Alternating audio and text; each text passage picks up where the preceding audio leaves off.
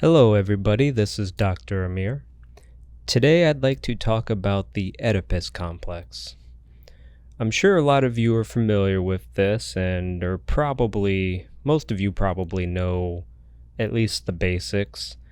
The Oedipus complex is a theory developed by Sigmund Freud.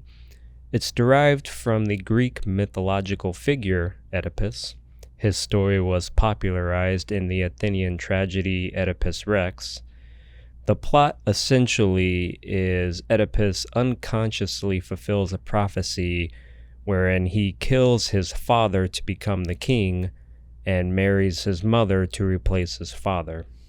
Freud took from that story the theory that it's inevitable human nature that a young boy will experience desire of the mother and jealousy or envy of the father.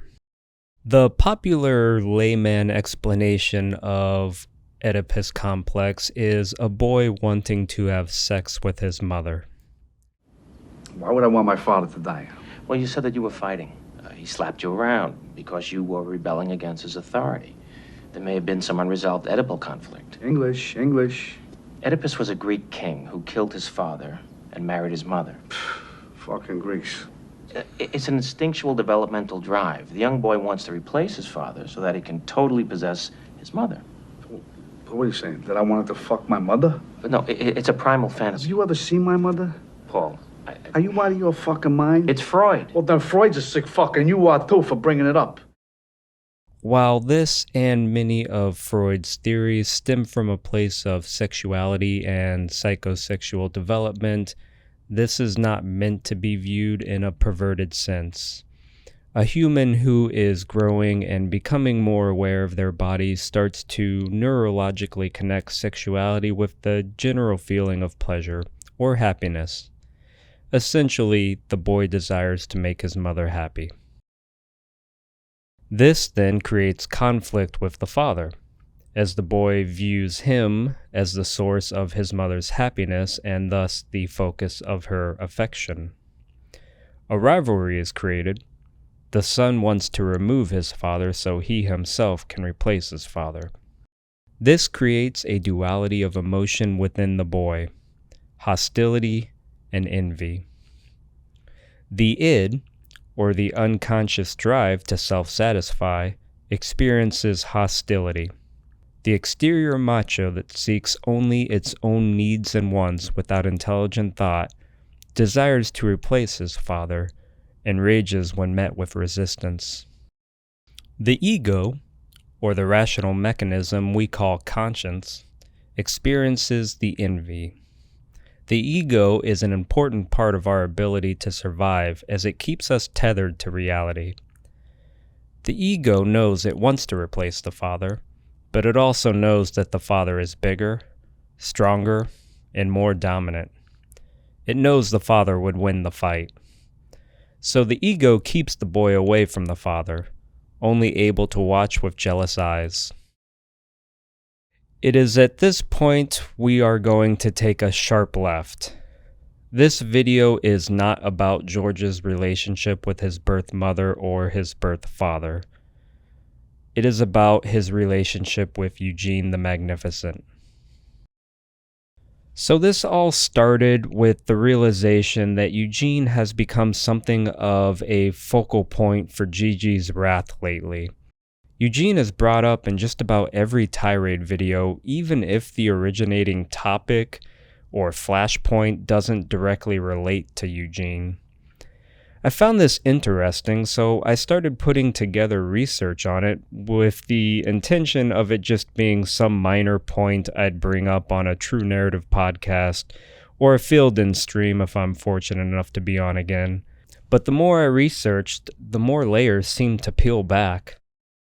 So, to summarize, a boy experiencing an Oedipal complex towards a father figure, aka a superior of the same sex, would act out of a noticeable mix of envy and hostility. Keep that in mind as we analyze George's view of and interactions with Eugene the Magnificent. So where the discovery research all started is trying to answer the question, Why has Eugene become the lightning rod for George's rage? Now, George has raged over a lot of people, and Eugene's certainly not the only person he's raged over a long period of time. But it does seem like contemporarily Eugene gets the most hate from George, and I believe there are 3 levels to that. Level 1, Fieldend's podcast has become the main avenue of information delivery, partially because the George Yared has a negative bank account channel isn't doing the 2-a-week Saunders Call uploads right now. Fieldend's has become the most consistent content production within the community. Layer 2, Fieldend's also produces a lot of supplemental high-level content. Now, I'm using Eugene and Fieldend's interchangeably here. I don't mean to take anything away from Meth or Lewis. Obviously, they are a part of that show. They contribute equally to that show, and it, at least from my understanding, is equally their show. And certainly both Meth and Lewis have done their share to earn George's wrath, but from an outside perspective, it does seem like Eugene spearheads a lot of the initiatives. So looking at this from George's point of view, that's why in this argument I'm using Eugene and Fieldend's interchangeably. And in this second level, we see things like the website, gorgeousgeorgeondvd.com, owning that copyright, providing a free download of a draft of the book on the site, reading the book on the podcast. These extra projects outside of the podcast that are continually disrupting George's life and whatever plans he has. And then the third level, Eugene has everything George wanted and probably still wants. So let's go down the list. 1, Eugene has a live show that he hosts. It's well regarded and taken seriously by its audience. It's something everybody enjoys. He has co-hosts who he has great chemistry with, and it's a show that everybody looks forward to every week. Number 2, he has a wife who seems very cool. It seems like they have a really great relationship. And number 3, he has a son. Oh, buddy. And what is a son to George? A son is a male heir to carry on the family name, an absolute requirement for being an alpha male, the thing George so desperately wants to be. Now, is that true for humans? No. You can be an alpha male without having a son, absolutely. But in George's head, you can't. And then, even beyond that, every now and then, on a Fieldend stream, we'll hear Eugene's son in the background, acting like a kid does. You know, a little loud, a little silly and obnoxious. We hear Eugene display good parenting skills by respectfully telling his son to be quiet.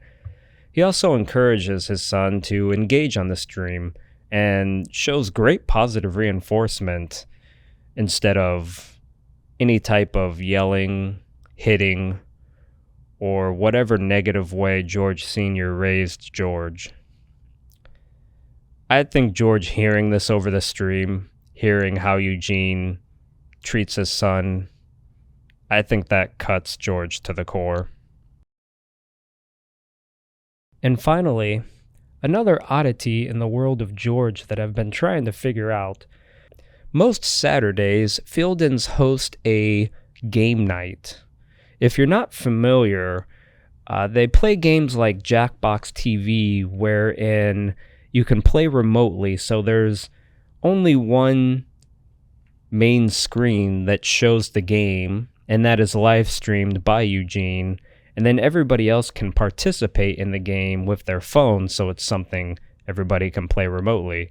I've been tuning in the last few weeks, and it's a lot of fun, but George plays that game with the goons.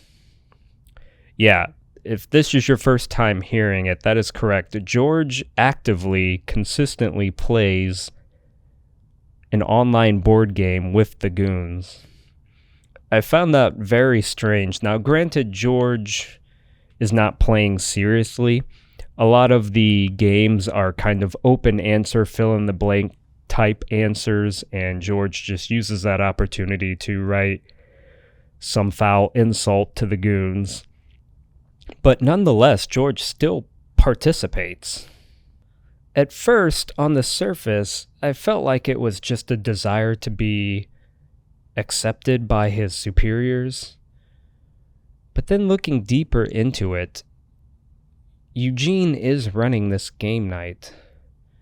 And I wonder if George is desperate for positive reinforcement from Eugene.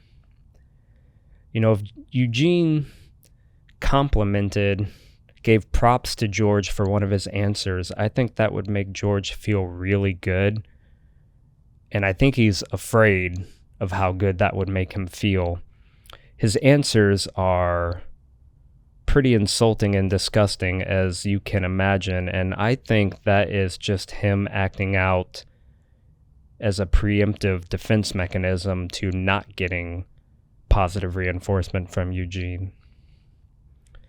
I mean, given Gigi's upbringing by his father and an absent mother, George could still be stuck in an Oedipal-like state. Does George view Eugene as a father figure? Is his raging towards Eugene at least partially an act of uncontrolled hostility from a failed desire to replace Eugene? Or maybe, at this point, does George just want praise from a father figure, the same kind he hears Eugene's son receive? Well, that is my thought of the day. Thank you for watching, and have a great day.